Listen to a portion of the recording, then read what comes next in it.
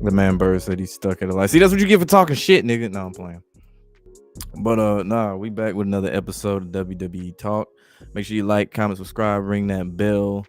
Rock bottom that damn bell, RKO that bell, Stone Cold Stunner that bell, all that good stuff, man. This weekend was an action-packed weekend full of pro wrestling, whether it be WWE, AEW, you name it. Saturday we went live, talked about Saturday night main event, and I guess a little bit of AEW All In. And Sunday they had WWE Evolution 2. I really didn't have any hype, any belief this was going to be a success at all.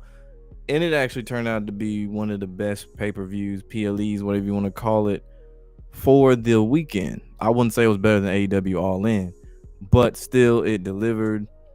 And it showed that even with a short amount of time, with very little build up to any of these matches whatsoever, that they can still put on the show. The women, that is, can put on the show.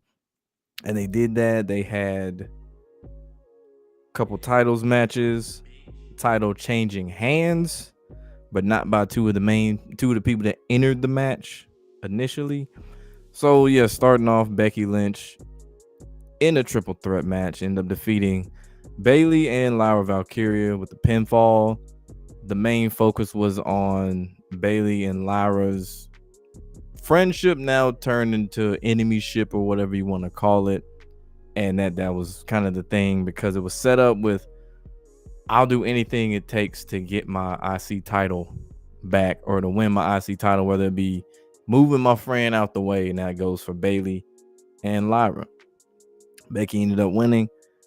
And to be honest, that whole storyline, I really don't care for it. Like, I get it. They playing the best friend angle with Bayley and Lyra. I just don't care about it. I just don't care about Lyra Valkyria enough to actually invest into it like that, to be honest. Like, she's great in the ring.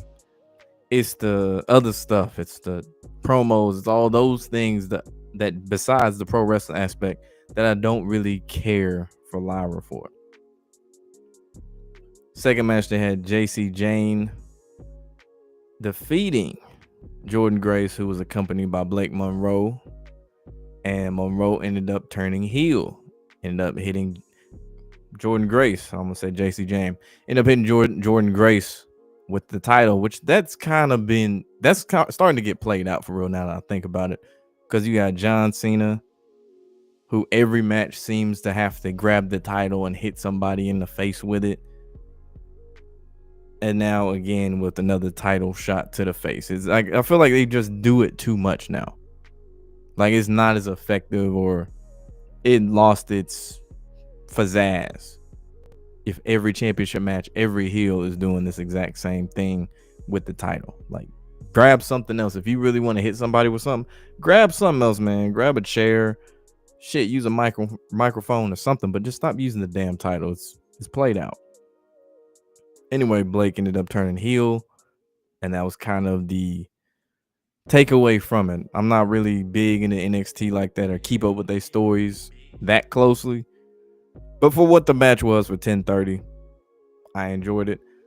Third match was the Judgment Day, defeating Charlotte Flair and Alexa Bliss, Sol Ruka, and Zaraya in a fatal 4-way tag team match.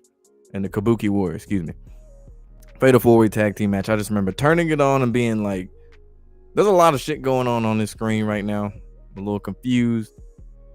But the Judgment Day ended up winning. I didn't really expect him to lose it, because it would defeat the whole trend that they was like, they got all the gold now. Or obviously some of the gold, not all the gold, but they got some of the gold now, with Roxanne and Raquel both having titles.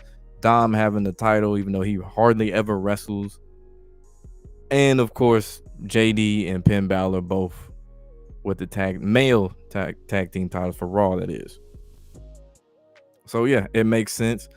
This Charlotte Flair, Alexa Bliss tag team is it's very unexpected. It definitely, like I said before, lets me know they don't really have anything planned for them. But it is a good way to get the fans to actually cheer for Charlotte. which I think that's really the main thing they went for.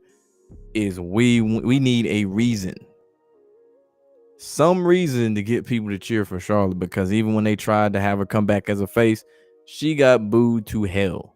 Nobody was fucking with her. So they absolutely positively needed that.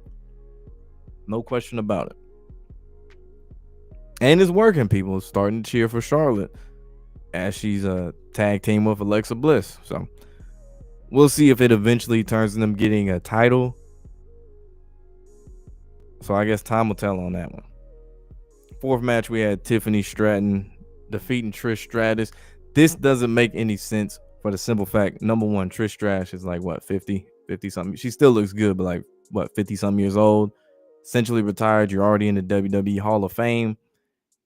And now you get a championship match just out the blue. You just get to jump the line.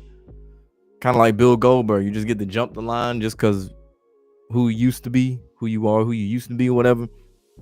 Obviously, Tiffany was going to win the match. There was no surprise to that whatsoever. Like, they're going to put it on Trish and then what? Have her come back and wrestle full-time-ish? No. Tiffany ended up winning the match. And this was the title that people had expected Naomi to eventually cash in on for this title. Because Tiffany Stratton as the champion, I ain't rocking with it, to be honest with you. Her voice annoys the absolute hell out of me.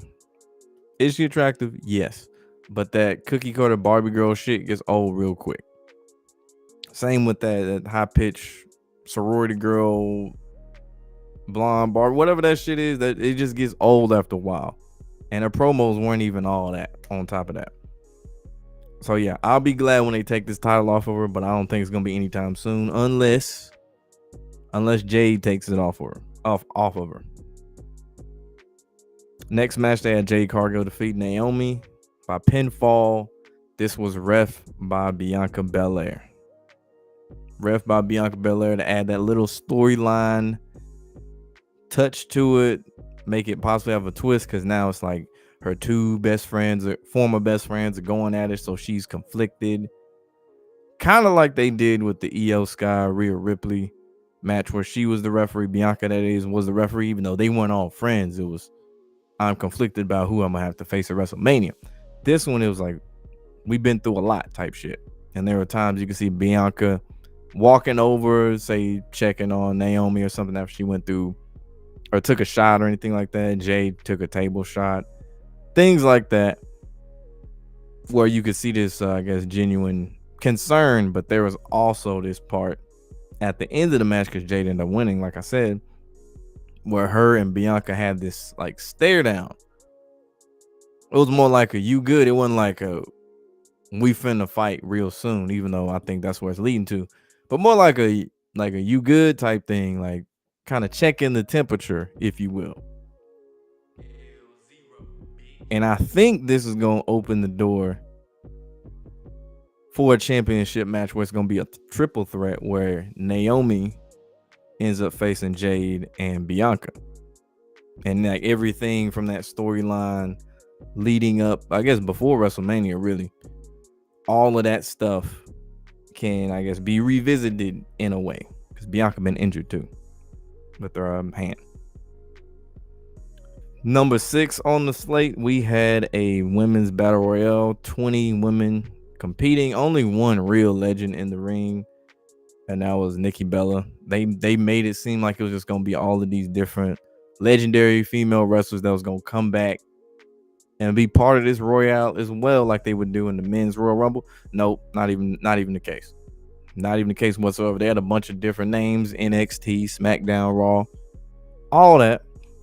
And they made it a point to make it the last 3 people left was Lash Legend, Stephanie Vaquer, Nia Jax, each for the 3 representing brands NXT, SmackDown, and Raw. Stephanie ended up winning. Of course, she did the Devil's Kiss, which Booker T and obviously made that shit super popular with his reactions to it. It's not the same when Wade Barrett does it. It's just like, Wade, you're ruining it, bro. Just get Booker T. Just get Booker T. If you know Stephanie gonna be there, just get Booker T. That's all I say. Just get him to call that one match. It don't even matter. And then the last match of the night, Io Sky ended up going against Rhea Ripley for the title. I rolled my eyes as soon as this was booked. I was like, ah, shit, here we go. Because we didn't need to see this. We'd already seen this before. But little did we know that there was a person waiting to cash in that Money in the Bank. Io Sky clearly did not proceed with caution. She did not take the advice that Naomi has been giving for the last so many months and so many weeks.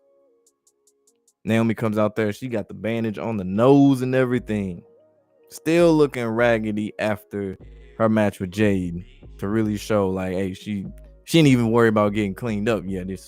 I'm about to get this title on like grimy type shit. She came out there, cashed in, ended up pushing Rhea Ripley the fuck out the ring, hitting her move on Io, and ended up winning. And the crowd went crazy. They cheered, huge pop. And it's weird to me. And I only say it's weird because, again, this is a heel we're talking about. I understand Naomi has been in WWE a long time. She done took a journey to get to where she's at. Finally get her shot with the Money in the Bank. And now the championship, not a first one, but now the championship. That's cool. It's just weird whenever I see heels get cheered like that. Like, it's the cheer, kind of like how Cody Rhodes was cheered at WrestleMania 40. It was like he finally did it. One of those kind of cheers. It's weird when it's a heel and they get that cheer. I understand why, but it just don't look right to me. Like, you would want the crowd to boo or be mad or something like that. It's the same thing with John Cena winning at Mania over Cody Rhodes. He was the heel, but they are cheering this nigga the whole before the match and afterwards. But as he's walking up the ramp, they're cheering for Cena. He's getting applause. He's over here taking a chance to stop, have the fans, take pictures, not with him, but of him, obviously. Things like that, and kind of getting a standing ovation where he clearly wanted to smile, but he couldn't. He had to stay in character. It's just weird. It's about as bad as, I don't know, Bill Goldberg giving a farewell speech and then NBC cutting that shit short. Like, hey, fuck what you got to talk about. We got to get to this next programming on our channel. That's basically, it just feels weird to me. The man said my baby mama Naomi.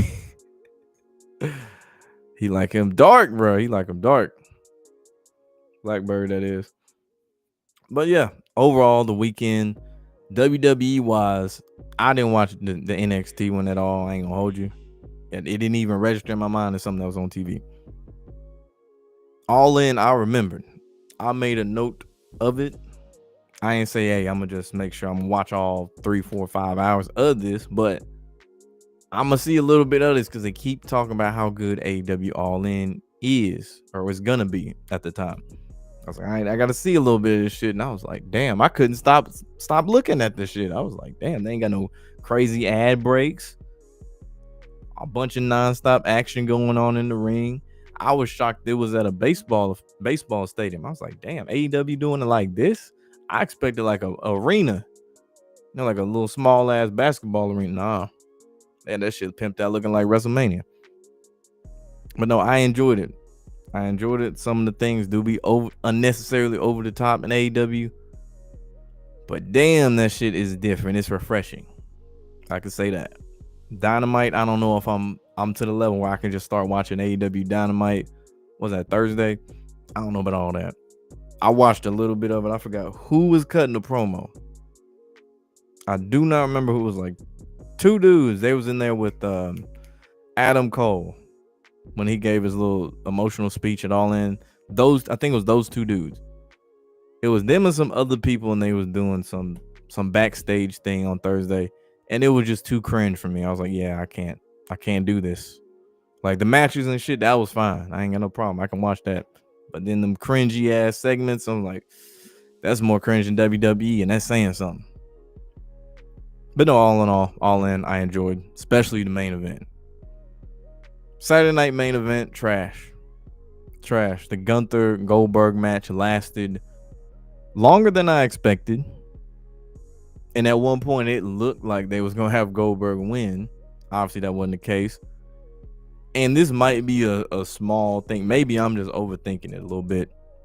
But the fact that, obviously, before that, Seth Rollins got injured, which they say he got injured before that. It was something else. He really is injured. But he got injured before that.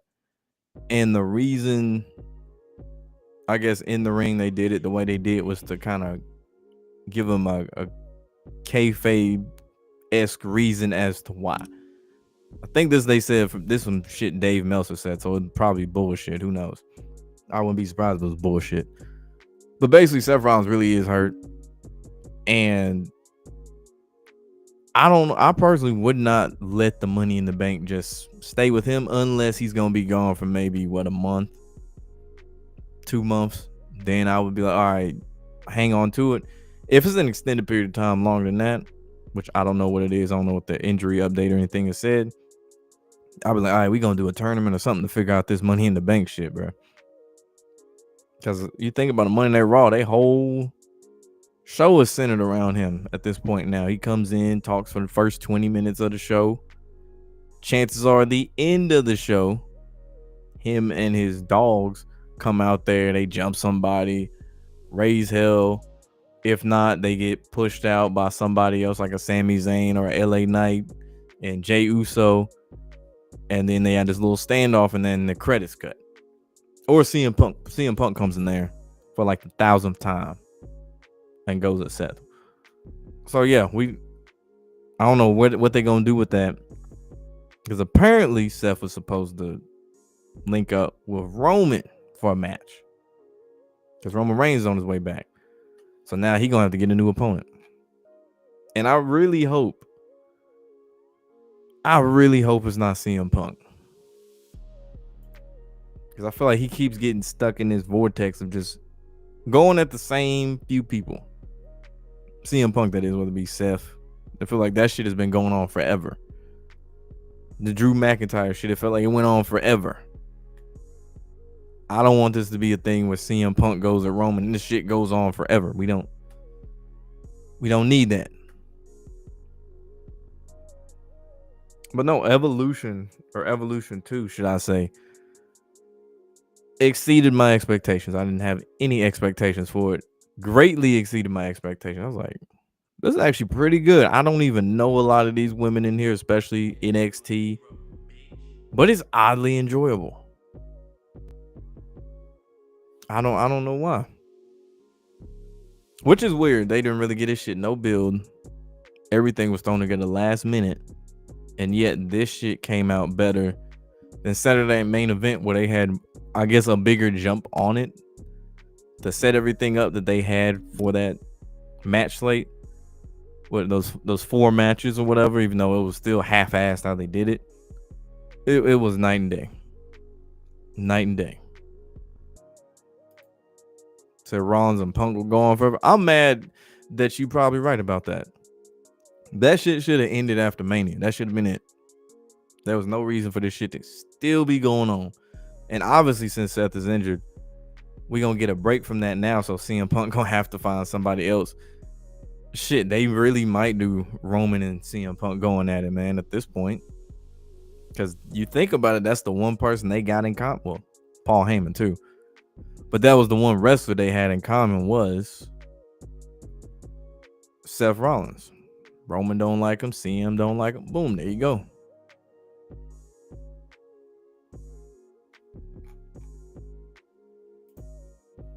Michael Cole has to put that crack down that he acquired from Pat McAfee. He kept calling Candice LeRae Candice Michelle. Yeah, I saw that. I was like, that look like Candice LeRae. I don't know who Candice Michelle is, my boy. But yeah, I'm curious what they do, especially on Monday Night Raw. Like, what's the move? Because apparently Gunther's plans are already set before Seth Rollins' injury, so Seth wasn't even gonna cash in on Gunther, which that would have been boring. That would have been a boring ass feud anyway. Even though Gunther's supposed to be this unstoppable Austrian German force and shit, it would have been boring with him going against Seth Rollins' crew. So it was supposed to be him going after John Cena. Obviously, it's going to be somebody else now. I don't know what they going to pivot to after Cody Rhodes, really, assuming Cody loses again. What are they going to pivot to with the John Cena thing? Because also, let's not forget with John Cena, Peacemaker 2 is coming out next month, or season 2. So there's just something to note if he has to make another, media run or something like that, like he did for Heads of State. If he got to make another one for Peacemaker, he might drop that title or some shit. And Cody be the one that shows up. John Cena goes on a little break, then comes back. That Tiffany needs to retain a title at SummerSlam against Jade. Jade's so dreadful in the ring. Yeah, Jade definitely does have an issue in the ring. Like, they have to do certain things and cater matches a certain way so that her deficiencies do not show.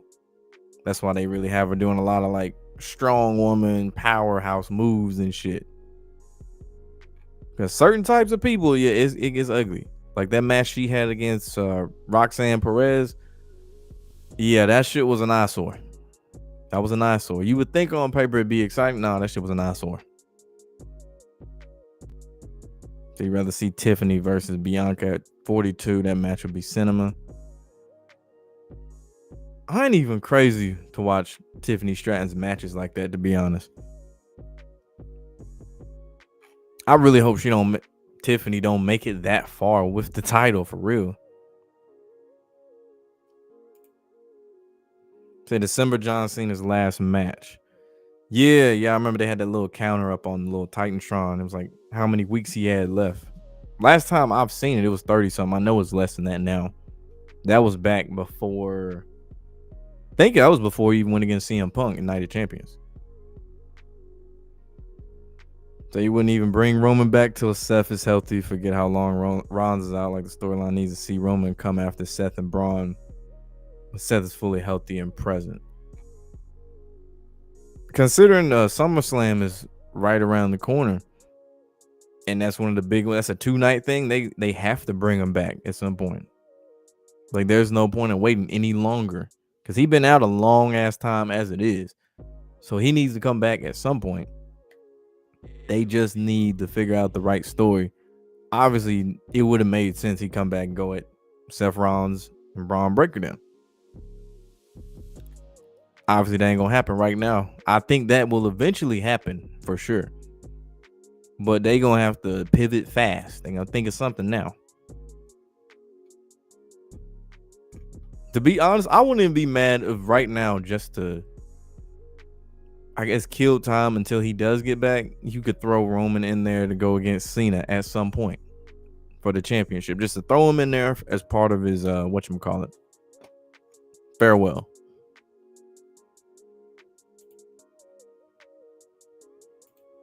AJ Lee should be coming back soon. Yeah, I done seen WWE got like playlists of AJ Lee's best matches and shit on their little live channel thing where it just shows shit 24/7. They had that. I think they showed something else about AJ Lee on SmackDown or Raw last week too. Mike said Tiffany needs to drop the title soon. She needs to drop it like a month ago. Because her title reign ain't been nothing special. Triple K did something good for once when Naomi won the title. Now his booking would be horrible as usual for the rest of the year. Yeah, I was surprised Naomi did it at that place, at that PLE of all the PLEs. But it kind of makes sense knowing Triple H. Is whenever it seems like something ain't gonna be too good and it's already kind of written off, Triple H will pepper in one thing that'll like be a good moment. It's like, oh shit, that was actually pretty cool. And kind of just have you think for a split second, this gonna be a good storyline, or this PLE wasn't as bad as I thought. This one, that follow-up gonna get him. It's always the follow-up with Triple H. Where are they gonna go with this now?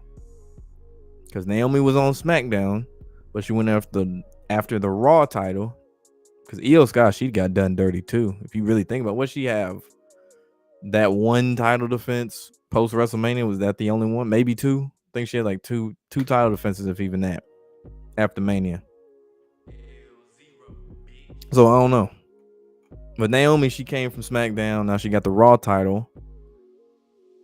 Where does that? Unless they bring in Bianca back. So I don't know.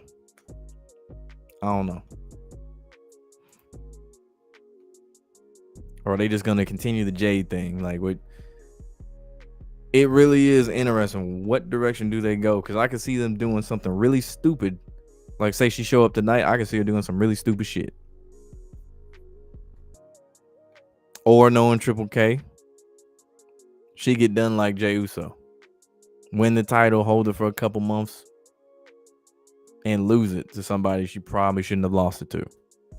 Or lose it to somebody who shouldn't even have the title again, like Rhea Ripley. I can see it now. If Naomi shows up on Raw, I can see it now. That somewhere down the line, within the next couple months, after they already got the feel good story and shit, they put it back on Rhea Ripley or Rhea Hogan. So if AJ Lee don't return to her home state of New Jersey for SummerSlam, you will finally give up your delusional hopes of her return.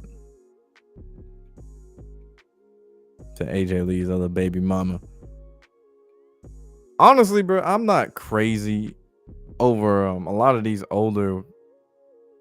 I don't know how old AJ is. She's probably not that old, but like these older retired female wrestlers coming back. Like, I really don't care. Like AJ, she was cool whenever she was wrestling, but it's not like I need to see AJ wrestle again. Like, I'm good on that. That's the same with some of these older dudes that be coming back and shit too. I mean, it ain't happening as much now, but like when you had, say, Kevin Nash, I guess Goldberg's the most recent example. Like, I don't care to see them wrestle in their 50s. Like, it was cool when The Rock did it. It was cool that one time Stone Cold did it, but like, I don't need to see that again. The man got her on the list too. So don't cap you like Naomi too. Like, Naomi cool and all, but I mean, when she was a face, I never cared to watch her matches. Like the whole glow thing, I thought it was dumb, to be honest. It's like, I get why kids might like it and shit. They like bright colors and all that, the flashing lights at the shows. I didn't care about it, but then when she had her heel turn, I was like, okay, this is more like it. This is what I like to see right here.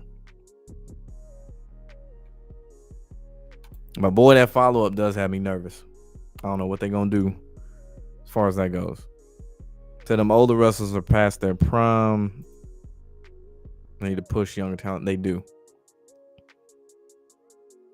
I say this, though, as far as older wrestlers go, it got to be somebody like, it got to really make sense for the person to come back. If they gonna do the old wrestler thing, like when The Rock came back to face Cena the first time, that made sense.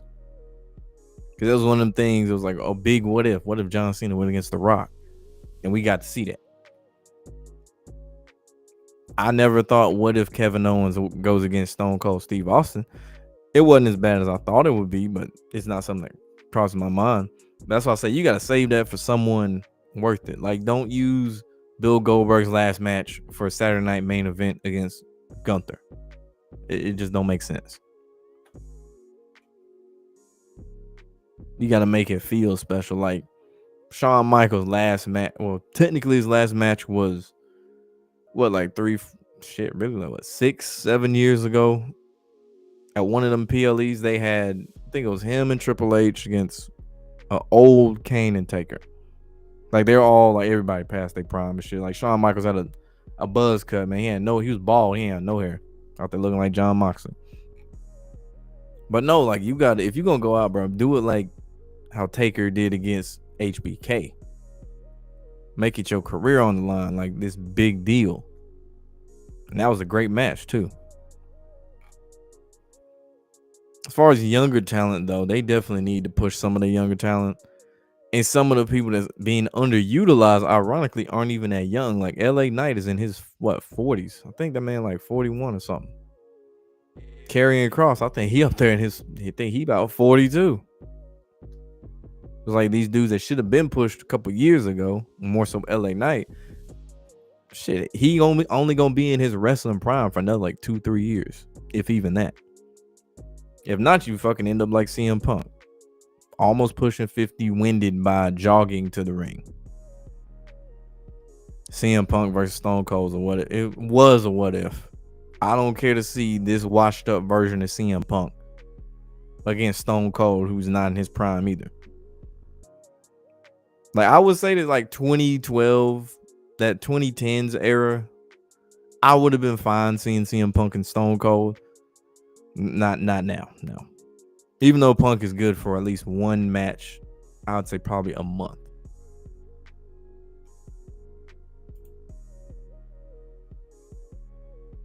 Yeah, I remember that. I don't know, it just don't sit well with me, man.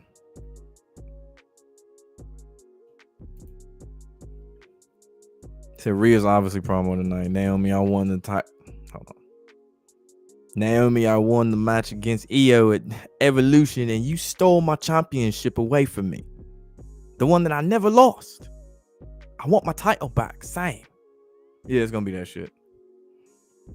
And it's like every time I hear that C-Jax thing, every time I see Rhea in an interview and she talking about a championship, it's that same shit. It's like, oh shit, here we go. It's like, what's the other one? Cody Rhodes. He always gotta tell someone he respects him. Cody's is I respect you. And who's got another one? Gunther's another I respect you ass nigga too. Before he say some foul shit to you, I respect you. And he gonna talk you up, and then boom, he gonna say some fucked up shit about you. Appreciate it, Chris Leclerc. He said subscribed on my phone. Shout out to Chris Leclerc. But yeah, they making these niggas too nice, bro. Like, I miss when people just talk shit. Like, LA Knight's good about that. He just talk shit. He don't care about bigging you up and all this stuff. I respect. Nah. LA Knight gonna come in, talk his shit. Might hit somebody and do his thing. Only problem is they not pushing that guy. Because he's not like your super smiley face. He's not your, I guess, the kid friendly one. He's like the edgy anti-hero type of dude. Obviously gives off vibes of a Stone Cold, Steve Austin, or The Rock. They need, I don't know why they don't push that. It's beyond me. If they have another chance to do something with that Money in the Bank briefcase and give it to somebody else, assuming Seth don't come back in time, give that to LA Knight. And if you want to come back to that storyline whenever Seth come back, you can do that, because that's who his last match was against. It might get a little muddled though when you factor in Roman Reigns too. So their promos are predictable. Yeah, Cody's always starts. So, what do you want to talk about? That's Cody's. Randy Orton, he'll still keep you on your toes with his. Logan Paul, you already know he gonna talk shit about the crowd, talk about how broke they are, talk about how rich and famous he is. He gonna say a bunch of ironic shit like he did the Jelly Roll, talking about he's an outsider, he don't belong with them, the wrestlers, and all this other shit. It's like, we get what you're doing, Logan, trying to generate heat.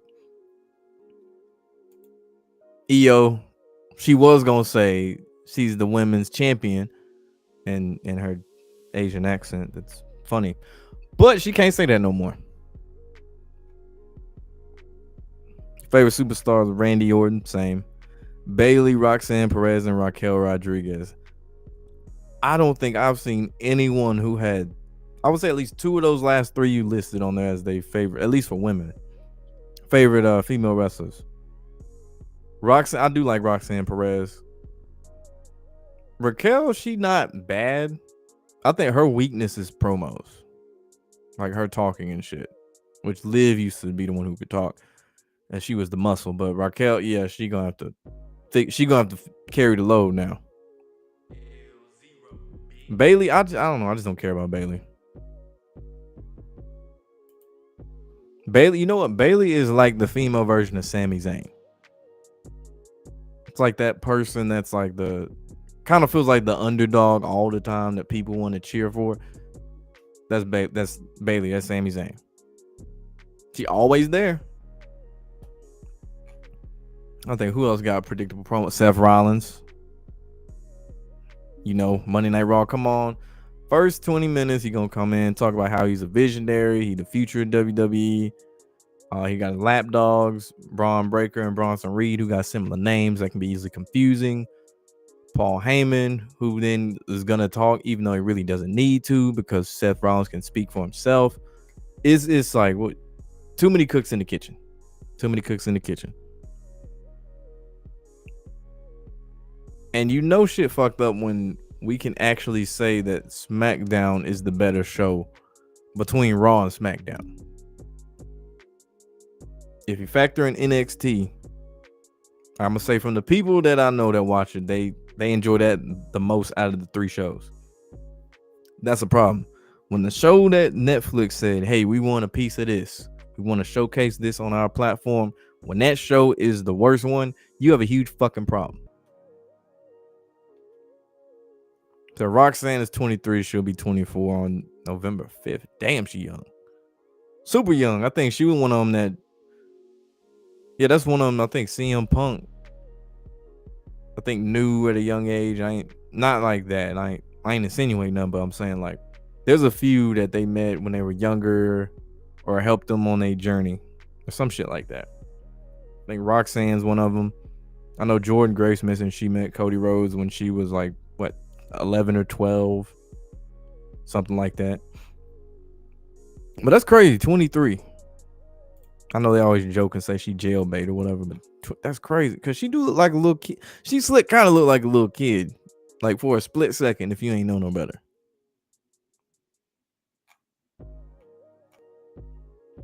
But nah, for the women, it's good that they don't have Charlotte Flair in the championship picture right now.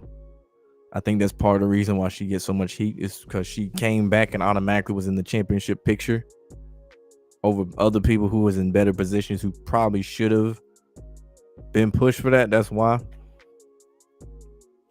But yeah, keeping her there in the tag team division. Maybe if she wins one, that's not bad. Her and Alexa Bliss win the championship, tag team championship. That's not too bad. I wouldn't be mad at that. It's just where y'all gonna go with this. So I can already see the end. Charlotte would probably turn heel on Alexa. But then you're back to square one, what you were trying to do anyway, which was make people like Charlotte instead of hating her absolute guts. So if they had Alexa Bliss turn on Charlotte, then there would be sympathy for Charlotte. If they were to do that down the line, assuming they win the title and shit. Roxanne Perez is a prodigy. Yeah, they always mention that. They talk about her ring smarts and stuff. I remember she won the match because she was running around the ring. Then at the last second, she got in. It's like a little, I guess, high IQ or high wrestling IQ things and stuff like that. I just know this. It is hard to take some of these female wrestlers as seriously when I look and see that the top rope is like eye level with them. Like right here, I'm like, this motherfucker's small as hell. Not taking away from what they do physically, but it's hard to believe some wrestlers. Like Zelina Vega is all of what, 5'2", maybe 5'2". If she's going against someone like Piper Niven or Nia Jax, there's no way to sell it to make it look like realistic that she could win against them. Like it just don't make sense. Alexa Bliss, that's another low one too. Roxanne Perez, all the really small ones, I'm gonna say, because a lot of them women are actually short besides like a few.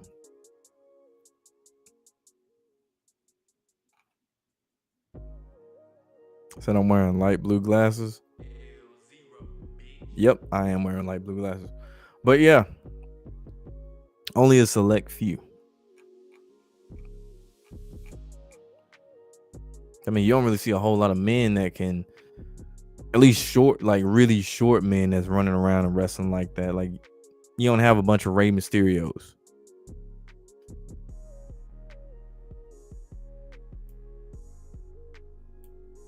Really put shit into perspective, though. I think I looked up Bianca Belair's height. That shit actually shocked me. I think she is what, 5'5"? 5'5" or 5'6".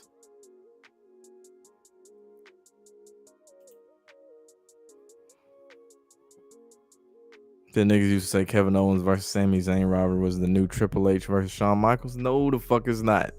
It is not. I don't know who was saying that shit. Is not. What has Sami Zayn even won to even generate these type of things, man? Where is that coming from? Like, I get it, tag titles, that's cool, but like, Sami Zayn career not fucking with Shawn Michaels' career or Triple H's. I think because they're both Canadian. The Roxanne the same size as Alexa Bliss. Yeah, the two little ones. Actually, the three littlest ones, I say. Them two and Zelina Vega.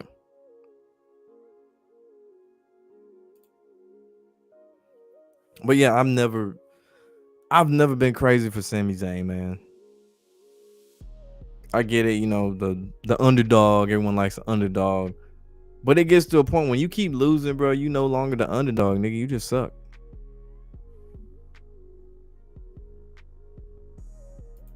Like, there's a point where a sports team can be an underdog for so long until it turns to, nah, these niggas sorry. There's no underdog story. Who today in the WWE can give Steve Austin a problem in the ring? Shit, Braun Breaker.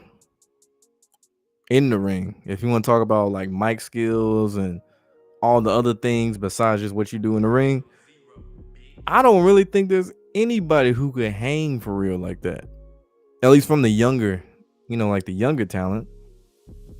The only other people who could was like CM Punk, John Cena, people that's on their way out. John Cena. Damn, I just had another one I thought of. I can't remember who I was going to say. Randy Orton. Maybe LA Knight, but even then, Stone Cold would just call it the fact that LA Knight's just copying what he used to do. And then there goes that shit right there. Blackbird Captain said Triple H is overrated. I think that's a genuine consensus. Like, the only person that thinks Triple H is as great as Triple H, the only one who thinks Triple H really is great as Triple H. Like, there was a clause in his contract. This is how egotistical this motherfucker is. There was a clause in his contract for every WWE video game he was in that he had to be like super jacked and super ripped, despite the fact that there was a time when he stopped fucking with the roids, where he was flabby and out of shape and he had the gut. And even you look at the character for that year, the character got perfect six-pack, pecs, and all this other shit. That is how insecure that nigga is. And I think it even goes farther than just the video game and some other shit. Like, it was something like they could never post a clip of something bad happening to him. It was something like that too, along the lines of whatever it was, he could never look like the loser in the situation. Kind of like The Rock has with the movie shit, where he always has to come out on top as the winner in a movie, even when he's the bad guy. Triple K making Fatu a one-dimensional character. He making him a fucking watered down diet nigga. That's really what he doing. That's really what he do with all them Samoans, if you think about it. Because they got what they do. All gas, no brakes. You know what I mean? Gave him a little catchphrase, just like Jay. A move he can spam, which, I mean, it's a cool move, but a move he can spam that he does spam. And he would come out with the title around his neck, which looks stupid as fuck. Like, yeah, like, y'all wasting potential.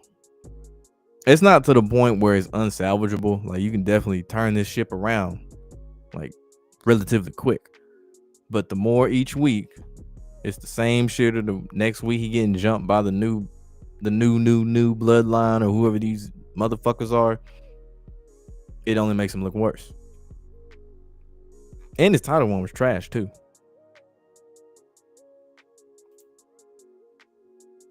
Yeah, that's what I was talking about when he had the gut. Well, that was one of the first times, or one of the times he had a gut. But yeah, that 2010 when it was clear he had like the gut that had some semblance of a six-pack, that shit. Instead of Jacob being his authentic self. Yeah, I feel like they leaning too much into the whole "I did time in prison" thing. Like, we get it, but we don't need to keep being reminded of it. Like we don't need to hear you was locked down in a cell for like the 13th time on the show. Like, nigga, we get it. We can all look this shit up, bro. Bro. That's somebody I know was happy they cut off Bill Goldberg's fucking farewell. Bret Hart. I know that nigga was happy as shit seeing that. He probably didn't even watch it. No, he's like, man, fuck Bill Goldberg. But yeah, I mean, he ain't the only one to say that about Triple H. The only thing Triple H really had going for him, he got one of the, you know what I'll say this, he got one of the best like wrestling theme songs. When you hear them guitar chords at first, that as soon as you hear that shit, and then the lights get dark and you see the green and the purple, bro, that shit tough, I ain't gonna lie.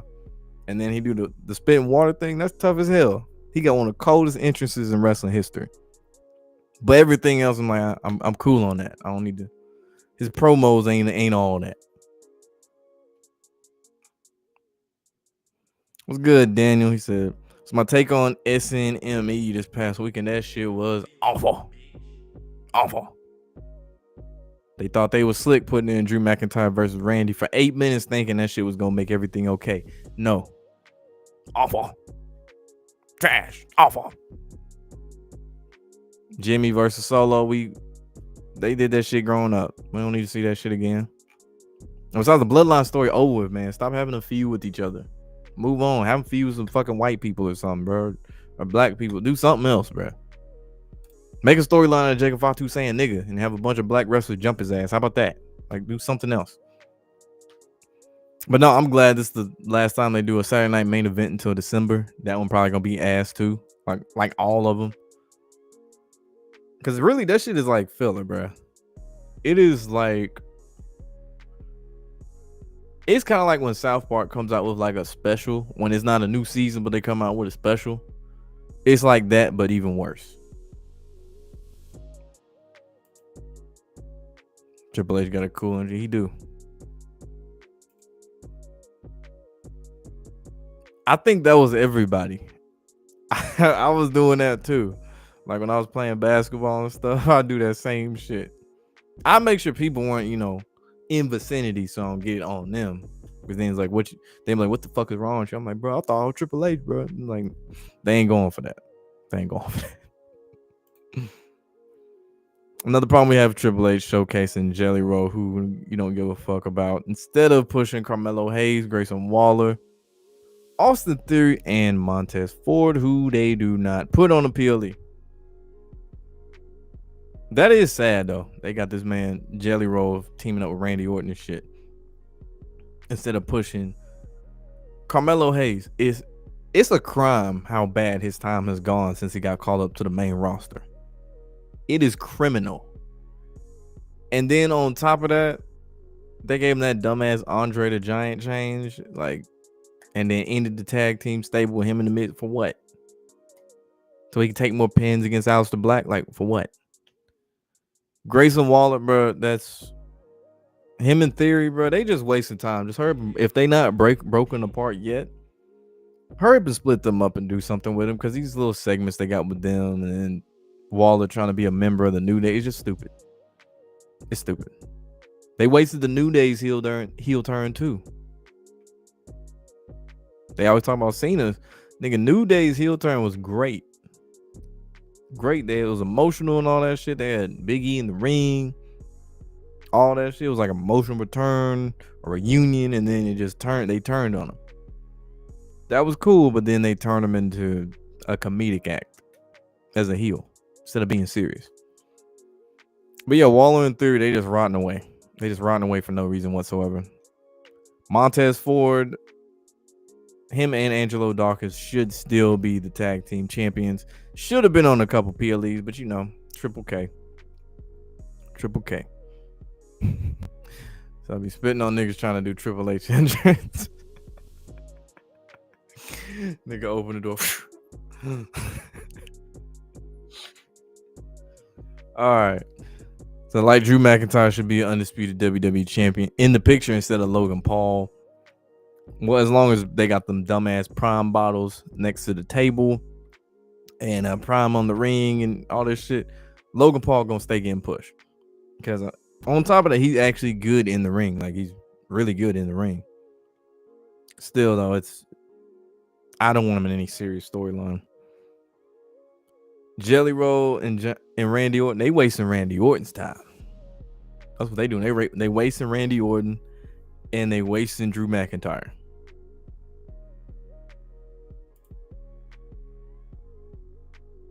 Eight weeks till week 1, you'll be at the week 1 Giants and Commanders game. You got a Jaden Daniels jersey ready too, don't you, boy?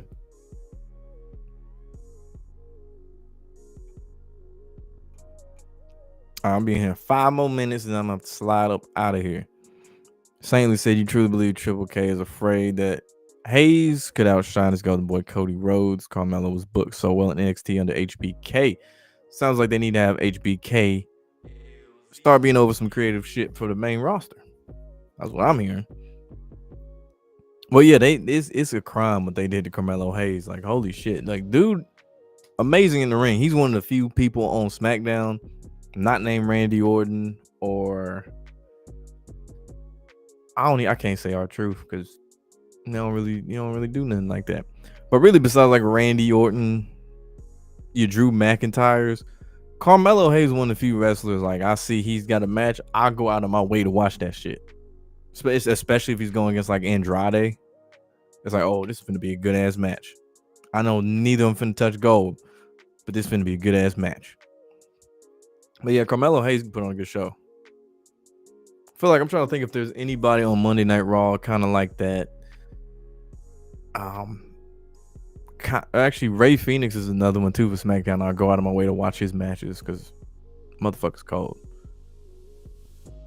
I'd say he's not as good, but I'd say Penta from Monday Night Raw. I'll always go out of my way to watch a Penta match, even though he goes against the same 3 people. And I like his entrance too. That shit tough.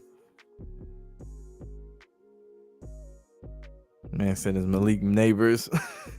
Nah, Bird, you know you a Commanders fan. I remember you telling me that. You said that in the group meeting. You was like, bro, the Commanders is my team, dog.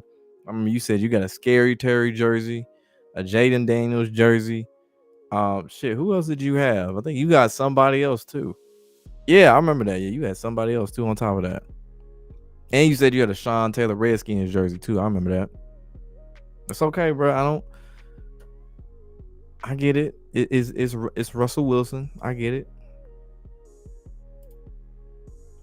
But you gotta support your boy Dart though, man. Jackson Dart, the next GOAT for the Giants. Next GOAT for your team, man. But yeah, Triple H, man, he gonna find a way to fuck up this Naomi storyline. The LA Knight's still in this limbo area. He said don't tell nobody. But LA Knight is going to be in this limbo area again.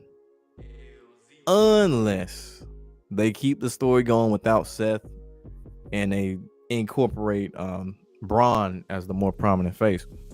But he going to be back in limbo. Even if he switched from SmackDown to Raw, he going to be back in limbo. He going to end up like Damian Priest.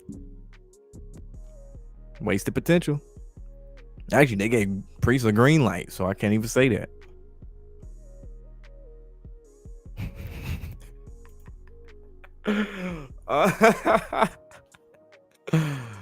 It's funny. Dragunov's on Raw like Carmelo Hayes. He's a cold muff. Oh, I was actually thinking of somebody else on Raw. Ludwig Kaiser is their version of Carmelo Hayes because they got this nigga's El Grande Americano. That's who the Monday Night Raw's Carmelo Hayes is Ludwig Kaiser. We say Ilya Dragunov's on Raw, just like Carmelo Hayes, cold motherfucker in the ring, but he's been injured. NXT Hayes and Dragunov put on one of the best trilogies of all time. I'm scared what they're gonna do to Trick Williams when he get to the main roster. So he might end up just like Carmelo Hayes, and that is a huge missed opportunity if they that whoop that trick shit, which obviously that ain't from wrestling, but that shit over, just like the yeet, just like the yada I mean. Nigga, like, bruh, do not let that shit go to waste. Seriously. Don't let it go to waste, man. You can get your version of Swerve Strickland out of him.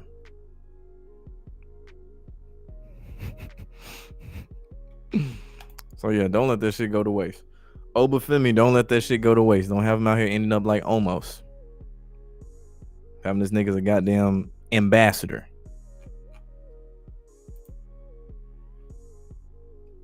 So LA Knight's born you. You can't buy his hype at all. You wouldn't mind HBK taking over the main roster and let Taker run NXT. That's not why I'm laughing. It's that shit. Oh shit, that's funny. Anyway, I don't find LA Knight boring. I when I first saw him, I thought, this looks familiar. You know, the Stone Cold, the Rock type of persona and shit like that. He don't really bore me. I just wish that it was a better payoff to his stories. Because that's the thing about him. They got a lot of great shit to work with for LA Knight, but they don't go anywhere that it should go with the stories. It's like, oh, we're going to have you lose to Shinsuke Nakamura, and he ain't going to do shit with the U.S. title. Okay, we're going to have you beat him, get the match, get the title back. Only for you to lose to Jacob Fatu. Like, what are we doing here?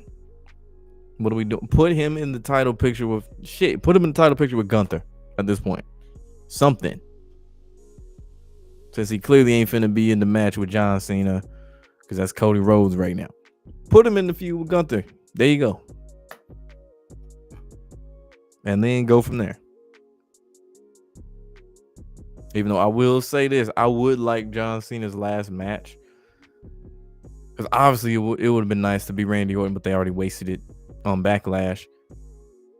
Either have it be LA Knight or Roman Reigns or something like that. That'd be cool. Okay, last question. With a prime mark, can we do damage to today's WWE wrestlers? He could probably do his thing for a little bit, but it'd probably be like goddamn Undertaker. Like past his prime Undertaker. Where it's like he can do a couple things great, but then the rest is like, ugh. Like, why did you come back? Like, it's one of those things. Good show to potentially tune into if you want is LFG. I done seen what's that dude? The British guy with the blonde dreads. He do like a little recap or something of the show. I forgot. I think it's Deontay DDJ or some shit like that. He a British black dude or something. He do a commentary for that shit. That should be funny as hell. Just him, Bully Ray, BJ Ray, all that shit funny as hell. We said LFG comes on Sunday A&E. Sort of in the next NXT talent are being developed for. I done heard that, and I've seen some people. The big black dude, I think he got dreads. He showed up on there from LFG to NXT. But then it gets confusing because you got LFG and they go into NXT, but then you got WWE Evolve, which is supposed to be the developmental for the developmental, and it's confusing as shit. It's just too much. But I did say I'll give it a try though. I wonder if it's on Hulu. I know A&E, a lot of A&E shit usually be on Hulu. I'll check that out. The Taker had a lot of bad matches. Near the end of his career, he did.